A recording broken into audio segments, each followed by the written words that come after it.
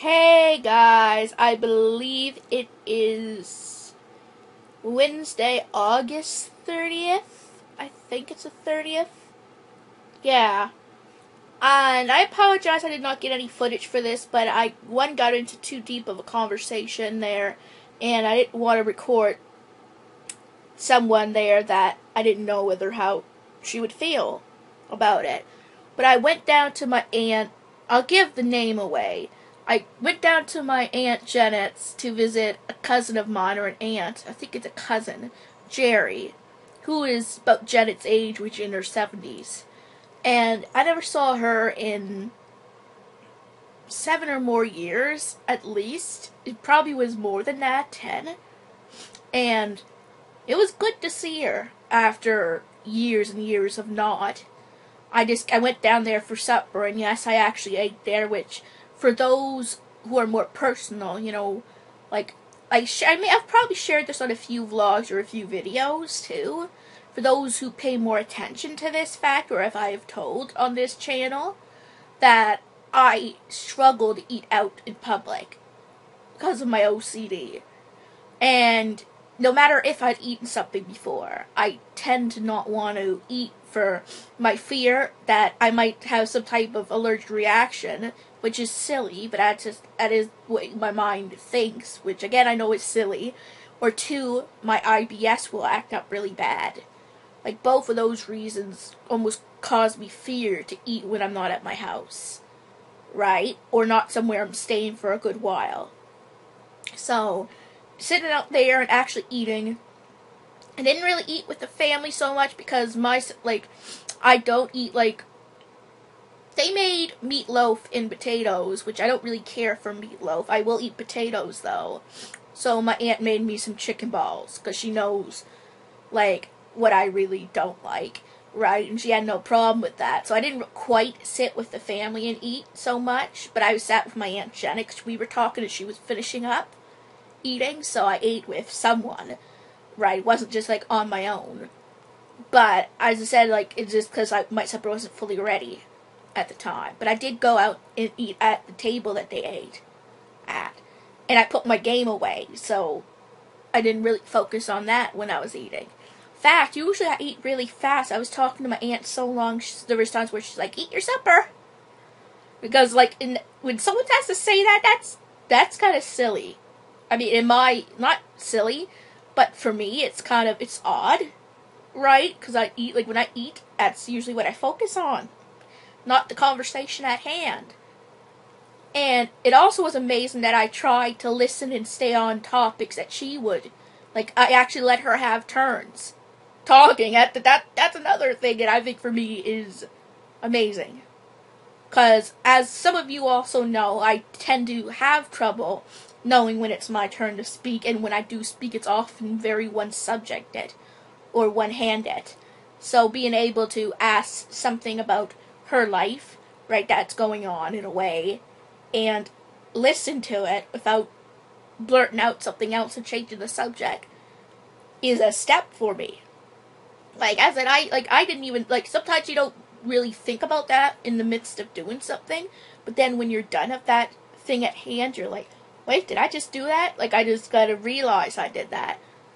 It's funny. I don't know how to explain this, how when I say sometimes I struggle with that, it's, imagine you have a really, what I'm trying to think, a sneeze, maybe.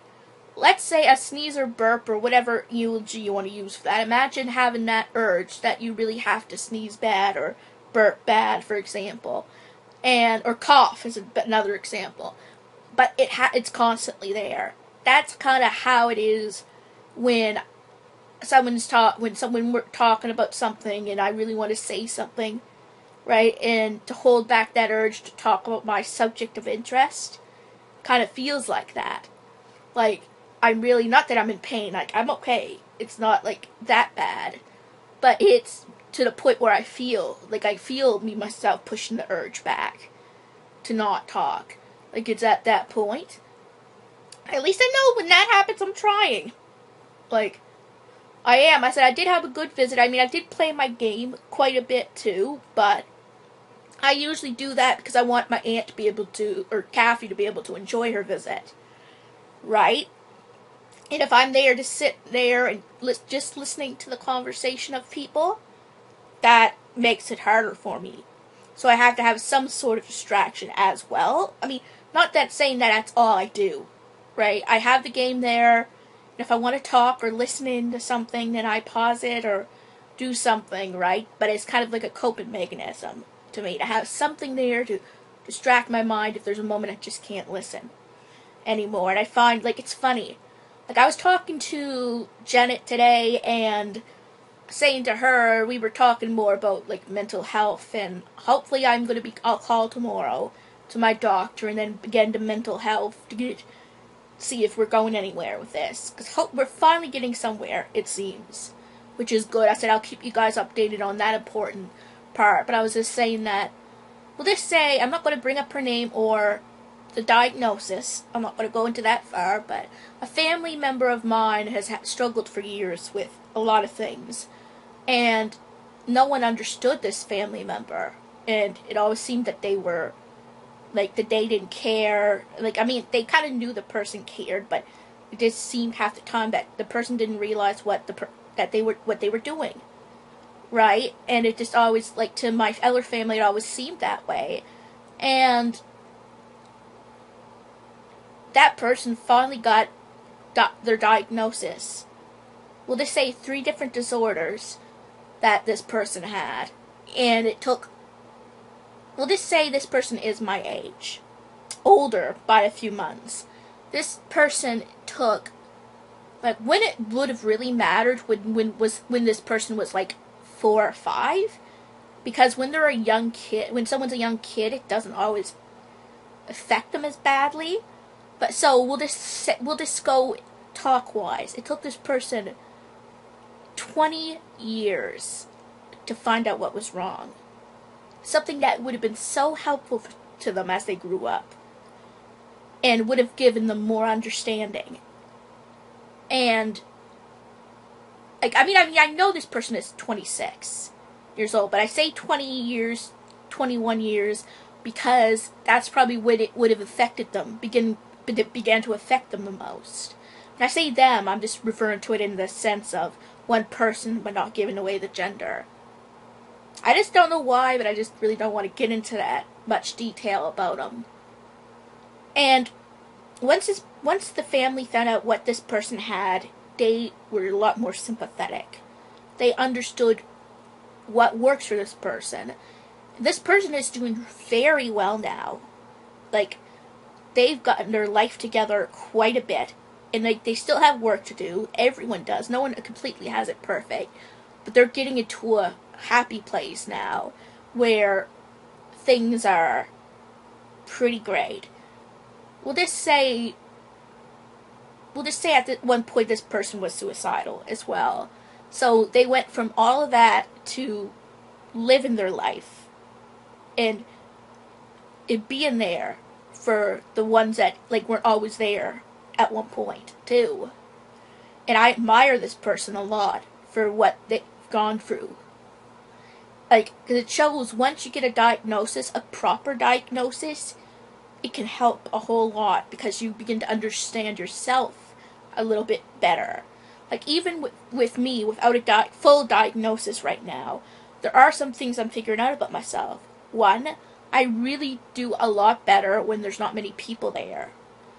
I just find that it's stressful when there's a whole bunch of people there, and I can't always handle it.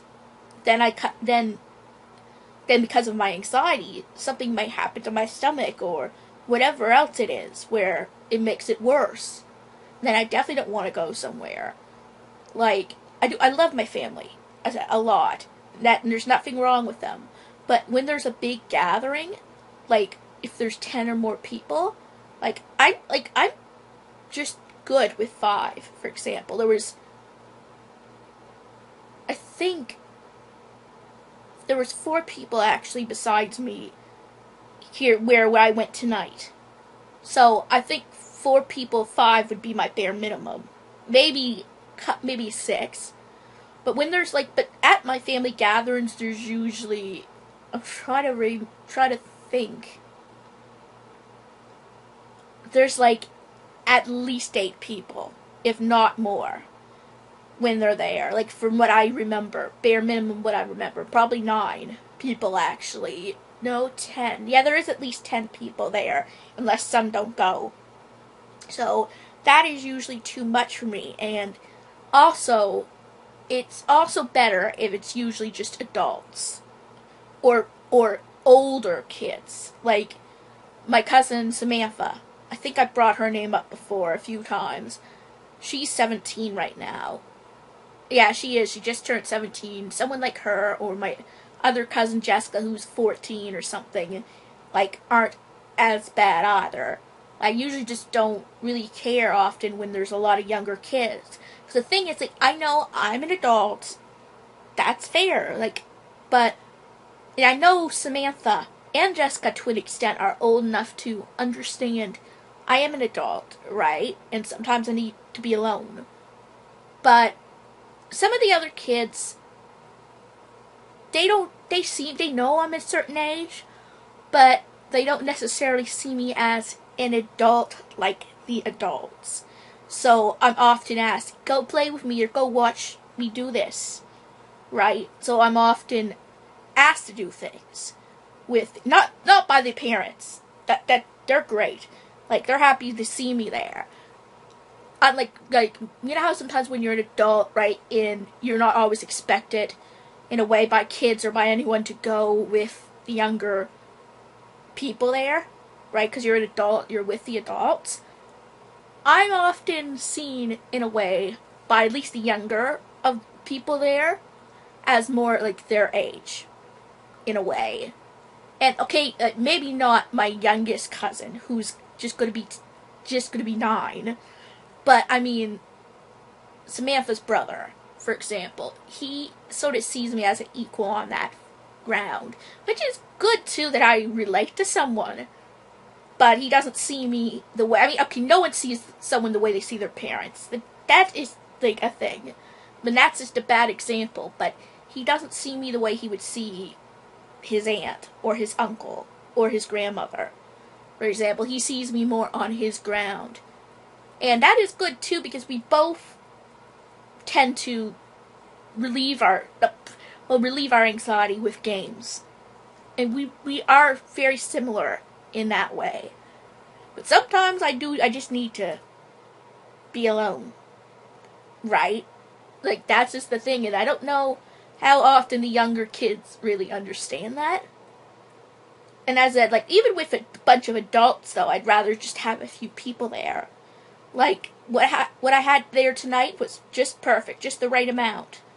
If there was any less, it wouldn't have been really bad either, but it's got it just there. And they all knew that I just into my game. Even my cousin Jerry, who I was visiting, knew that, like, I talked to her, but I'm more into my game, and she was alright with that. So, like, sometimes, like, it's good just to have an understanding of what you can handle. Like, that's where I'm coming from. I know that, I mean, right now I haven't figured out work yet. Like, I don't know why, like, my stomach gets so upset or things happen, but then again, I suppose there are way more than 10 people there, even in the room I'm in. And it is a structured place, which is great, but at the same time, I guess when I'm at somewhere like my Aunt Janet's, for example, I sort of have reign on how I calm myself, what I do, right? And that does make it easier as well. Like, it's funny just thinking back on those things. Like, I like it better when there's less people somewhere, and when I can have some reign on how it's gonna go. Like, I sort of need predictability in a way. Like even going down to my aunt's, I didn't, like, anything could have happened, right? But I had kind of a plan in my head. Like, okay, I'm gonna mainly focus on my game, maybe talk to Jerry a little bit, like, visit her for a little bit, and I figured that I was going to eat there. I'm going to try to eat there, because as I said, I struggle with that, and those main things were in my mind. I mean, my aunt and uncle were a little late, because they were helping my cousin with her daycare, or my aunt was, But besides that, there really wasn't any difference in what I said I was going to do.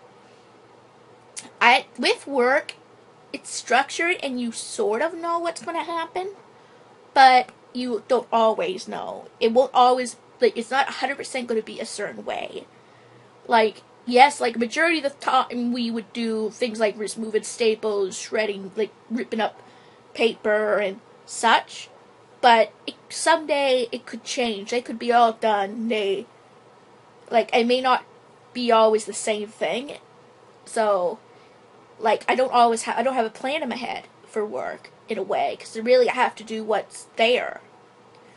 So, I don't know whether I should try to make a plan that's reasonable. Talk to the staff about a certain thing, saying that, and explain to them what I was going through, and maybe we could work out a plan that is compromisable to both my needs and what they expected of me to do. I don't really know. I know that they can be compromisable, because I know that there was a time when I was at work where obviously they didn't want the other kids to feel they could leave too, so I couldn't leave early like I used to. So we compromised that I'm able to take my game out for the last 10-15 minutes when the work was done. So we did kind of compromise on that, and I learned to expect that. So maybe we could kind of get back into that and work something out that way. That way I kind of have a little bit control of, I think it's, for me, I just feel I need some control. As bad as that sounds, I don't mean to say it in the way as if I'm in charge. Right? I'm not trying to sound in that sense. Because I know they are in charge, right? I'm not demeaning that. But when I say that I have some control, I mean that even if I can have a little bit of charge without being in charge, you know what I mean? Of my mind and what I can do to relieve it, in a way, when it's bad, then it's more the word control than in charge. And I just gotta figure out how to do that. I also learned that I wasn't that bad tonight when I went, because it was later, too. And even something as I said, every day is different. One day I could just be yippity-doo all day. The next, it could be either day or night that it hits. So I don't know. I usually leave, if I do go to work, I usually leave at 1:45 or 12:45. I do know that. And between that time, if I've eaten the night before at a certain time, it's pretty bad.